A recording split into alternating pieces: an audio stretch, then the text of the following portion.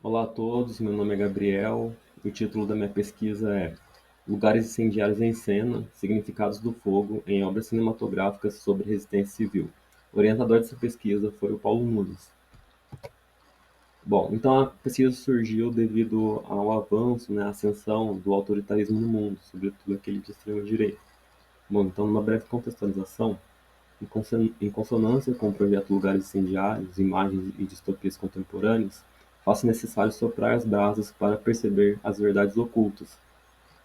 Foi como Didi Uberman disse, um autor que a gente utilizou bastante aí na pesquisa. Bom, então, os objetivos foi analisar todos os significados, que o fogo traz no conflito resistência contra o autoritarismo, em produções cinematográficas do século XXI. Bom, então foram selecionadas 9 obras que versam sobre democracias fraturadas, cujos protagonistas possuem maior diversidade étnica, social e de gênero. Essa foi uma característica natural da nossa pesquisa. Os filmes naturalmente rumaram para essa característica.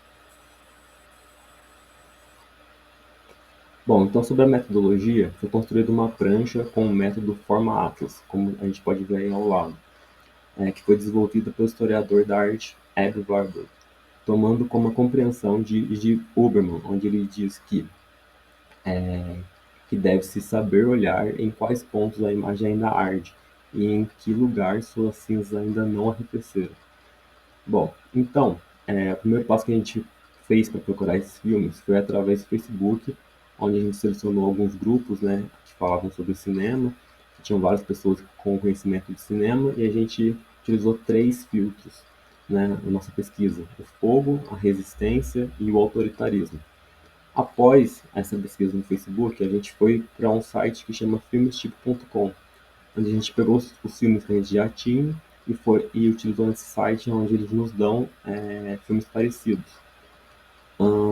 Então, a metodologia está fundamentada nos estudos de Maciel acerca do conceito de forma atlas, onde ela diz que essas imagens elas estão sobre o fundo negro e abissal da memória, esse fundo preto.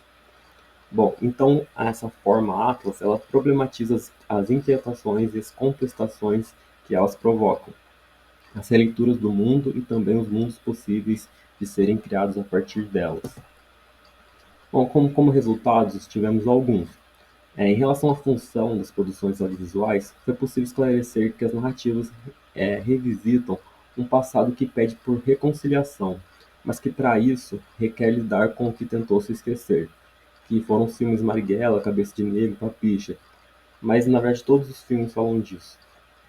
Além disso, Papicha e O Sete de Chicago, além do Tango Medo Torero, esses 3 filmes, a gente pode perceber que a repressão autoritária pode soar para personagens de grupos minoritários menos assustadora do que o sistema de coação pertencente à sociedade a qual habitam.